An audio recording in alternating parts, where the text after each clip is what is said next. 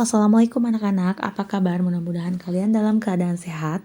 Hari ini kita akan melanjutkan materi yang minggu kemarin. Jadi setelah kalian membaca doa, silahkan kalian membuka buku paket di halaman 125. Kita akan mulai belajar subtema 2 pembelajaran kelima tentang peristiwa kebangsaan seputar proklamasi. Kalau kemarin kita sudah belajar mengenai detik-detik pembacaan teks proklamasi. Nah, kali ini kita akan belajar mengenai peristiwa yang terjadi setelah pembacaan proklamasi.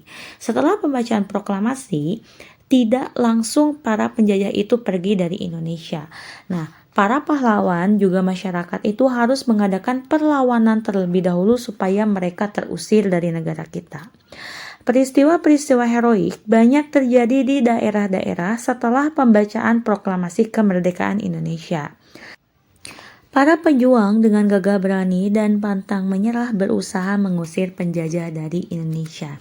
Nah, untuk semangat para pejuang, maka C. Simanjuntak membuat lagu Maju Tak Gentar. Silahkan kalian bisa nyanyikan di halaman 126. Nah, lagu ini berisi tentang semangat para pejuang yang maju dan pantang menyerah untuk mengusir para penjajah.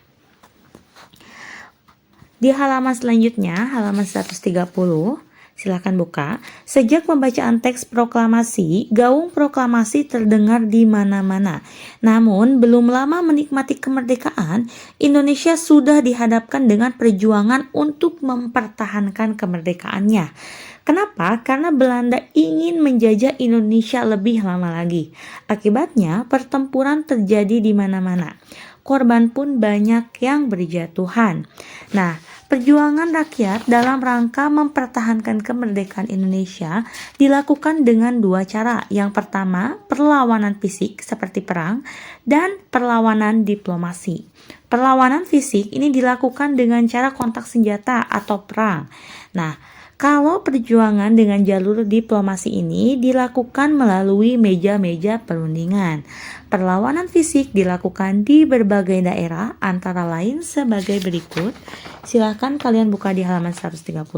Yang pertama, pertempuran 10 November 1945 di Surabaya. Yang kemudian setiap tanggal 10 November diperingati sebagai Hari Pahlawan. Kenapa?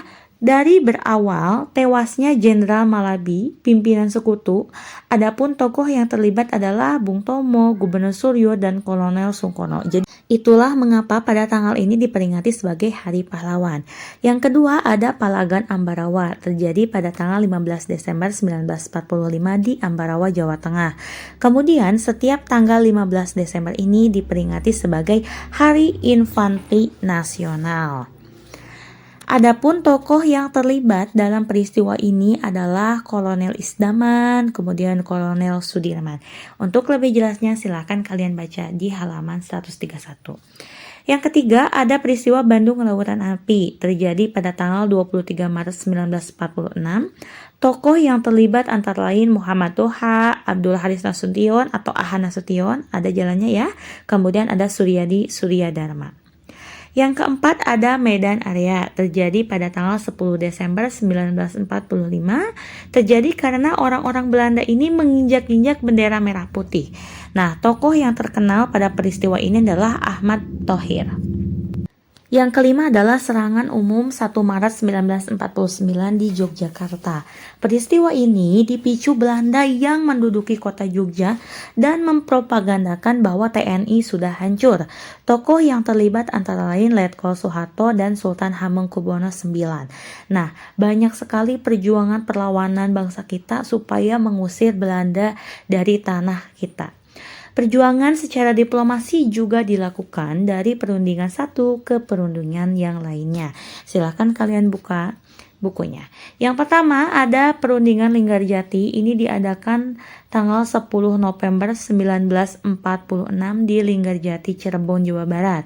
Hasil perjanjiannya adalah sebagai berikut. Yang pertama, Belanda hanya mengakui kekuasaan Republik Indonesia atas Pulau Jawa, Madura, dan Sumatera, sedangkan pulau lainnya tidak diakui ya kemerdekaannya.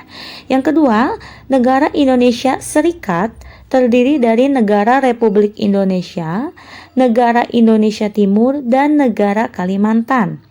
Yang ketiga, negara Indonesia Serikat dan Belanda merupakan satu uni dengan nama Uni Indonesia Belanda yang diketuai oleh Belanda. Namun Belanda mengingkari perjanjian ini dan melancarkan agresi militer Belanda pertama pada tanggal 21 Juli 1947.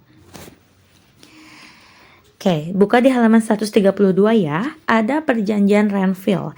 Perjanjian Renville diadakan pada tanggal 17 Januari 1948 dengan isi perjanjian sebagai berikut.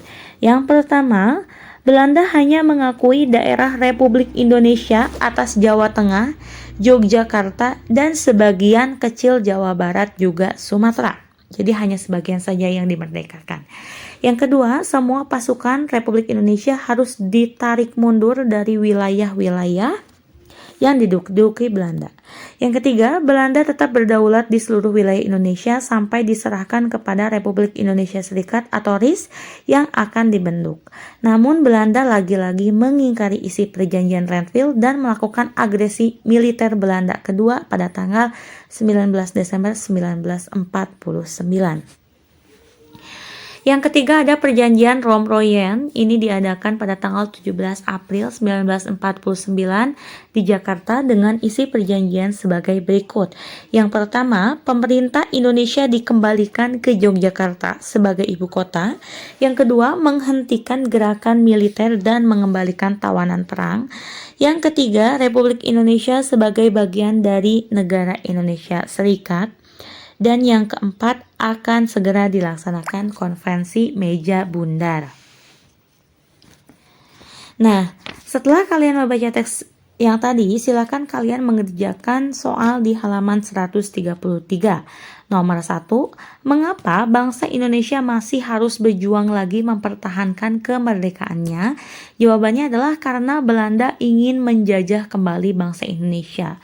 Untuk jawaban-jawabannya silahkan kalian baca dari halaman 130 tadi ya. Semua ada jawabannya. Yang kedua, apa yang dimaksud dengan perjuangan fisik dan diplomasi? Jadi apa perbedaannya? Perjuangan fisik adalah dengan melakukan kontak senjata atau perang. Kemudian kalau perjuangan diplomasi adalah dengan melakukan perundingan.